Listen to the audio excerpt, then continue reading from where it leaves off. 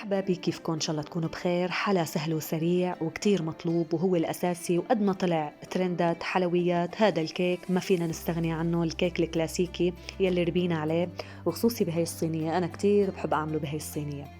كيك ناجح بس له تركات لازم تتابعوها لحتى يطلع معكم ناجح ونافش وطعمته كتير طيبة. تابعوا معي الفيديو للآخر أحبابي، رح تستفيدوا منه كتير، وأكيد رح تجربوها للوصفة ورح تنجح معكم. بالبداية استخدمنا 5 بيضات بدرجة حرارة الغرفة، حطيناهم بهذا الشكل، وإذا كانوا كبار فيكم تستخدموا 4 بيضات. وضفت عليهم ظرف فانيليا وخفقت المزيج مع بعضه بالخفاقة الكهربائية لحتى شفت فقاعات الهواء. بعد هيك رح أضيف السكر بهذا الكوب، كوب الشراب.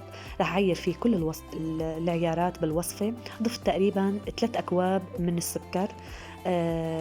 لازم تستخدموا نفس الكوب بكل الوصفة أحبابي، أي كوب موجود عندكم بس إنه استخدموا نفس الكوب. ضفنا السكر وصرنا نحركه بهذا الشكل لحتى يدوب، وصار قوامه كريمي مثل ما انكم شايفين. هلأ فينا نضيف السوائل مثل الزيت النباتي، كوب شاي صغير مثل هذا الكوب، وكوب عصير برتقال، وكوب ماء، وملعقة حليب بودرة. الملعقة الحليب اختيارية، فيكم ما تضيفوها.